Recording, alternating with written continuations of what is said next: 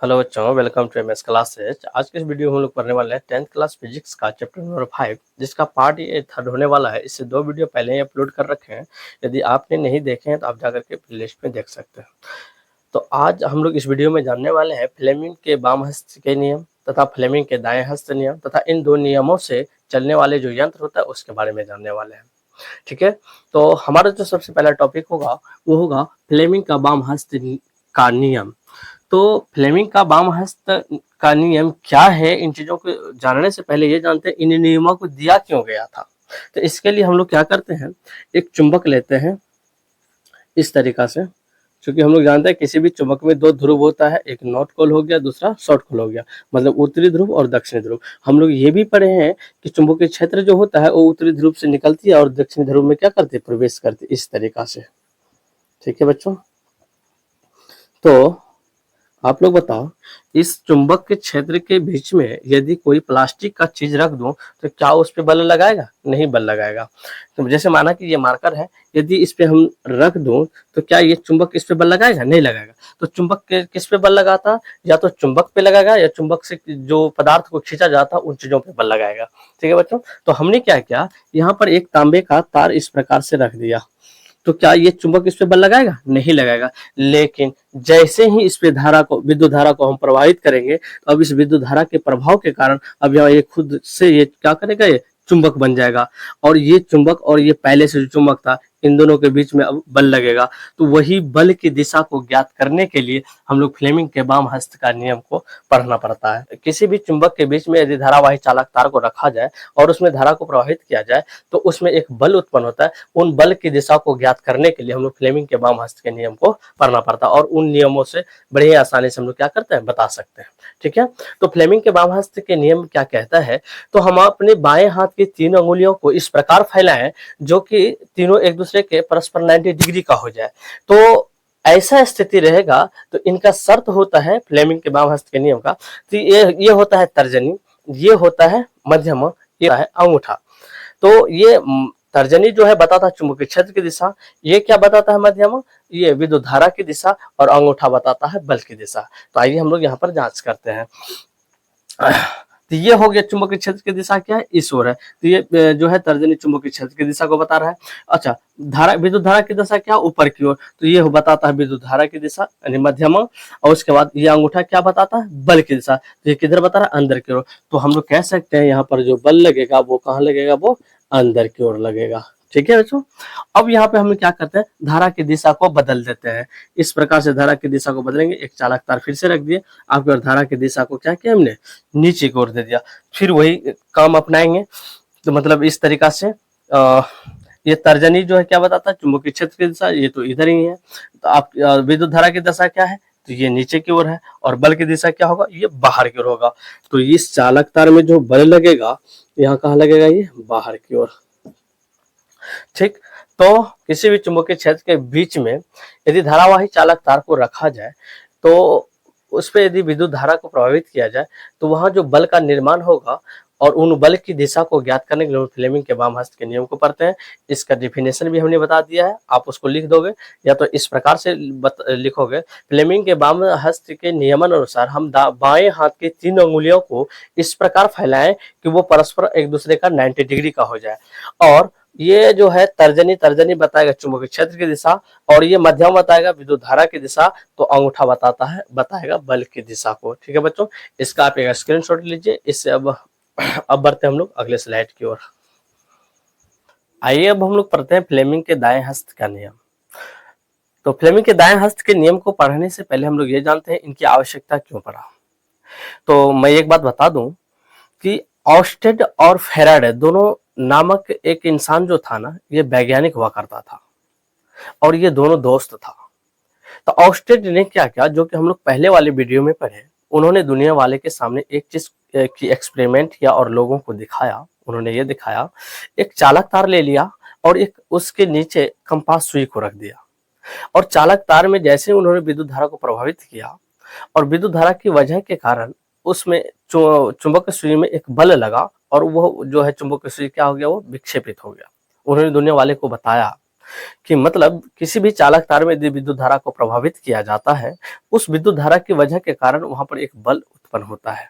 ठीक है, तो ऑस्टेट का काम हुआ उन्होंने बता दिया। ठीक है, तो ये इन्होंने क्या किया, मतलब फैराडे ने, तो फैराडे ने भी एक काम किया। इन्होंने क्या किया, उनकी एक्सपेरिमेंट को जस्ट इन्होंने उल्टा काम किया। उल्टा काम इन्होंने ये किया, आइए देखते हैं फैराडे ने क्या किया। इन्होंने क्या किया, एक चुंबक लिया, इसमें नॉर्थ कॉल होता है और साउथ कॉल होता है। ठीक, और इसके नीचे एक चालक तार को रखा और इसमें एक जोगाड़ लगा दिया इस प्रकार से, ताकि इसमें विद्युत धारा आए तो पता हमें चले विद्युत धारा आया या नहीं। उन्होंने क्या किया, इस चुंबक को पकड़ लिया, इसको खूब आगे पीछे गति किया। तो आगे पीछे गति करने का मतलब है चुंबकीय क्षेत्र में परिवर्तन आना, यानी बदलाव आना। तो ऐसा करने से हुआ ये कि इसमें विद्युत धारा उत्पन्न हो गया और ये लाइट जलना शुरू हो गया। तो इससे तो ये साबित हुआ कि मतलब इस बात से ये पता चलता है चुंबकीय क्षेत्र की दिशा को बदलने से विद्युत धारा उत्पन्न होता है। तो उन्होंने एक एक्सपेरिमेंट और किया। इन्होंने क्या किया, चुंबक को आपकी बार इन्होंने फिक्स रखा और इसके जस्ट नीचे चालक तार ले लिया। आपकी बार चुंबक को इन्होंने फिक्स रखा और चालक तार को ही खूब आगे पीछे किया।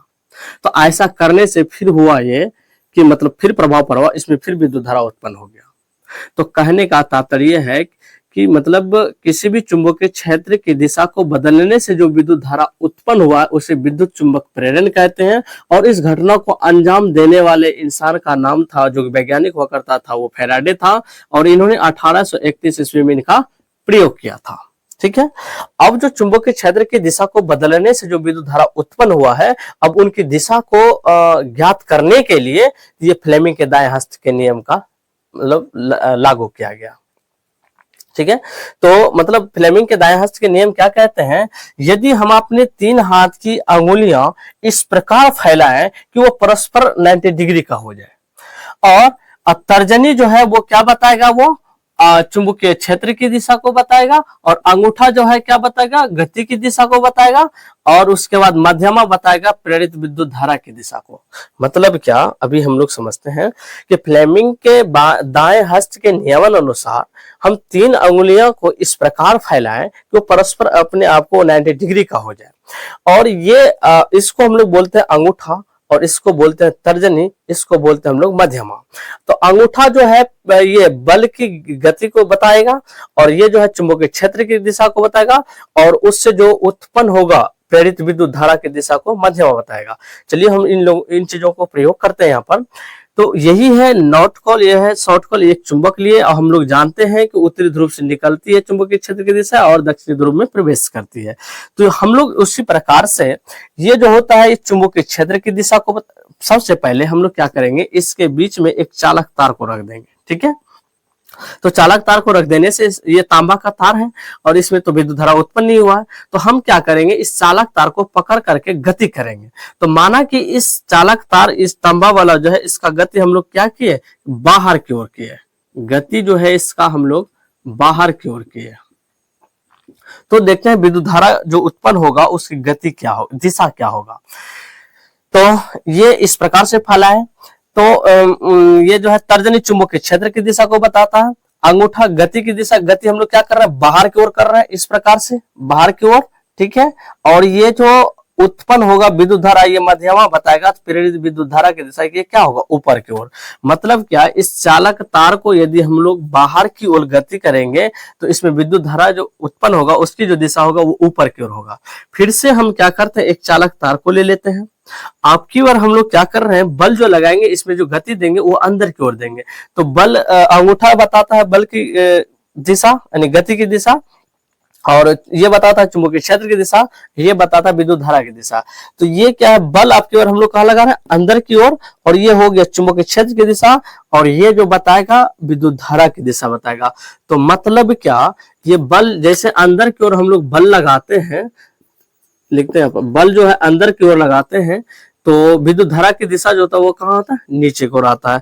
तो मतलब किसी भी चुंबकीय क्षेत्र की दिशा को बदलने से जो विद्युत धारा उत्पन्न होता है, उन विद्युत धारा की दिशा को ज्ञात करने के लिए फ्लेमिंग के दाएं हस्त के नियम का हम लोग प्रयोग करते हैं। ठीक है बच्चों, आप इसका एक स्क्रीनशॉट लीजिए, हम लोग अगले स्लाइड की ओर बढ़ते हैं। आइए अब हम लोग जानते हैं विद्युत मोटर के बारे में। विद्युत मोटर होता क्या है, इसके परिभाषा से हम बात करते हैं। बच्चों, विद्युत मोटर जो होता है यह एक ऐसा यंत्र होता है जो कि विद्युत ऊर्जा को यांत्रिक ऊर्जा में क्या करता है, इसको बदल देता है। उसे क्या कहते हैं हम लोग, विद्युत मोटर कहते हैं। विद्युत ऊर्जा तो हम लोग सब जानते हैं, हम लोगों के घरों में जो आता है। यांत्रिक ऊर्जा किसे कहते हैं, यह एक ऐसा यंत्र होता है जो कि खुद घूमने की वजह से जो एनर्जी जनरेट उत्पन्न करे, उसे क्या कहते हैं, आंतरिक ऊर्जा कहते हैं। ठीक है, तो आइए विद्युत मोटर के बारे में हम लोग जान लेते हैं। इसकी बनावट क्या है, उसके बाद इसकी क्रियाविधि के बारे में हम लोग जानेंगे। ठीक है, तो आइए देखते हैं। तो यह एक चुंबक होता है जो कि काफी शक्तिशाली चुंबक है। आप जितना शक्तिशाली चुंबक लेंगे उतना ही काफी अच्छे मोटर का निर्माण होगा। ठीक है, तो पहले आइए इसकी हम लोग बनावट की देखते हैं किस प्रकार से है। तो ये एक शक्तिशाली चुंबक ले लिए हम लोग, और इसके बीच में एक तांबे का तार ले लिया। ये काफी लंबा होता है, जो कि ये कुंडलित करके इसको लगा देते हैं, और इसका नाम हम दे देते हैं आर्मेचर। क्या बोलते हैं इसको, आर्मेचर। इसके जस्ट नीचे में 2 रिंग लगा हुआ होता है जो कि पित्तल का होता है, और इसको हम अर्धवलय बोलते हैं क्योंकि ये बीच से कटा हुआ होता है, इसलिए अर्धवलय बोलते हैं। इसका नाम हमने दे दिया R1, इसका नाम दे दिया हमने R2। और इसके जस्ट ऊपर में 2 छूता हुआ एक ब्रश लगा हुआ होता है जिसका नाम हमने B1 दिए और दूसरे को B2 दे दिए, और इसको एक बैटरी की सोर्स से इसको हमने क्या किया, इसको जोड़ दिए। ये तो था इसकी बनावट। ठीक, अब इसकी क्रियाविधि देखते हैं। तो हम जैसे ही इसको बैटरी से जोड़ेंगे तो इसमें क्या आ जाएगा, विद्युत धारा प्रवाहित हो जाएगा। तो इस प्रकार से आएगा, ऐसे आएगा, ऐसे आएगा, और इस प्रकार से ऐसे करते हुए ये ऊपर की ओर चला जाएगा। ठीक है, तो अब होगा ये कि देखो, जब इसमें विद्युत धारा हम प्रभावित नहीं किए थे, ये तांबा का तार था, तो इस पे इस चुंबक जो है कोई प्रभाव नहीं दिखा पा रहा था। अब जैसे ही विद्युत धारा इसमें प्रभावित हो गया, तो अब ये खुद के वजह से अब ये चुंबक क्षेत्र को उत्पन्न करता है, और पहले से ही चुंबक था, तो अब यहाँ पर क्या लगेगा, अब बल लगेगा। ठीक, तो वो जो बल लगेगा, बल की दिशा को ज्ञात करने के लिए हम लोग फ्लेमिंग के वाम हस्त के नियम का प्रयोग करेंगे। तो मतलब बाएं हाथ की 3 अंगुलियों को इस प्रकार से फैलाएंगे जो कि ये तीनों क्या हो जाएगा, परस्पर 90 डिग्री का हो जाएगा। तर्जनी बताएगा चुंबकीय क्षेत्र की दिशा, मध्यमा बताएगा विद्युत धारा की दिशा, और अंगूठा बताएगा बल की दिशा। तो हम लोग ए बी अक्ष पर जांच करते हैं बल किस ओर लग रहा होगा। तो ये चुंबकीय क्षेत्र की दिशा को बता रहा है, और ये मध्यमा जो है विद्युत धारा की दिशा, विद्युत धारा की दिशा इस ओर है, और अंगूठा कहाँ जा रहा है, अंदर की ओर। तो ए बी अक्ष पर जो बल लग रहा है वो कहां पर लग रहा है, वो ए बी पर, अंदर की ओर। ठीक है, अब हम बात करते हैं CD पर। CD पर फिर वही अपनाएंगे काम। तो ये चुंबकीय क्षेत्र की दिशा हुआ, विद्युत धारा की दिशा क्या है, नीचे की ओर, तो बल कहां हमारा, बाहर की ओर। तो CD अक्ष पर जो बल लगेगा वो कहां लगेगा बच्चों, वो बाहर की ओर लगेगा। ठीक है, अब आप ही लोग बताओ, समान बल लग रहा है यहाँ पर, यहाँ अंदर की ओर लग रहा है ए बी अक्ष पर, और CD पर बाहर की ओर लग रहा है। तो ऐसा लगने से होगा, यहाँ एक रोटेशन उत्पन्न नहीं हो जाएगा। तो मतलब होता यह है कि बल तो समान है, लेकिन इसमें जो क्या डायरेक्शन क्या है इसका, अपोजिट है। मतलब यहाँ अंदर की ओर लग रहा है और यहाँ बाहर की ओर। तो ऐसे यदि करेगा तो ये घूरने के लिए होता है, फिर ये घूरना नहीं प्रारंभ हो जाएगा। तो उसी प्रकार से ये घूरना शुरू हो जाता है, और इसके जस्ट इस यहाँ पर एक चीज लगा देते हैं, एक पुल्ली लगा देते हैं, जो कि यहाँ पर इस पुल्ली में कोई भी ऐसा चीज लगा, जैसे पंखा लगा दीजिए, और बल्ब लगा, और भी कुछ लगा दीजिए, जैसे लेथ मशीन हो गया, कुछ भी लगा दीजिए, वो घूरना क्या होता था, वो प्रारंभ हो जाता है। ठीक है बच्चों, ये था इसका कार्यविधि। एक बार फिर से अच्छे से इसको एक बार समझ लेते हैं कि मतलब एक काफी शक्तिशाली चुंबक लेते हैं और एक तांबे का तार लेते हैं, जो को उसको कुंडलित करके यहाँ पे लगा दिया, जिसे हम लोग क्या कहते हैं, आर्मेचर कहते हैं। इसके जस्ट नीचे में 2 अर्धवलय पीतल का लगा हुआ होता है, जिसको हम लोग क्या बोलते हैं, रिंग बोलते हैं। इसको R1 का नाम दिए, इसको R2 का दिए। इसके जस्ट ऊपर में छूता हुआ B1 और B2 एक ब्रश दे दिए हैं, और इसको एक बैटरी से की सोर्स से जोड़ देते हैं। और जैसे इसमें विद्युत धारा उत्पन्न प्रभावित करते हैं, तो विद्युत धारा यहाँ AB अक्ष पर आता है, और यहाँ इस चालक तार और इस चुंबक की वजह से यहाँ पर एक बल लगता है, जो कि AB पे अक्ष पर अंदर की ओर बल लगता है और CG अक्ष पर वो बाहर की ओर लगता है, और यहाँ पर घूर्णन के लिए रहता है फ्री।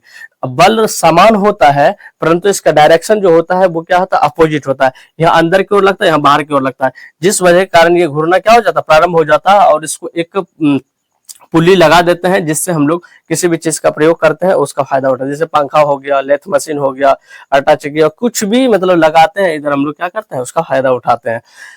तो ठीक है, यहाँ तक आपको समझ में आ गया होगा। उम्मीद करते हैं आपको ये वीडियो अच्छा लगा होगा, तो लाइक करें, शेयर करें। आप जितने दोस्तों में इसको शेयर करेंगे उतना ही मैं मतलब वीडियो बनाने का प्रयास करूंगा। और इसका आप एक स्क्रीनशॉट लीजिए। आज इस वीडियो को इसी जगह रखते हैं, अब नेक्स्ट वीडियो के साथ मिलते हैं। ठीक है बच्चों, बने रहें MS क्लासेस।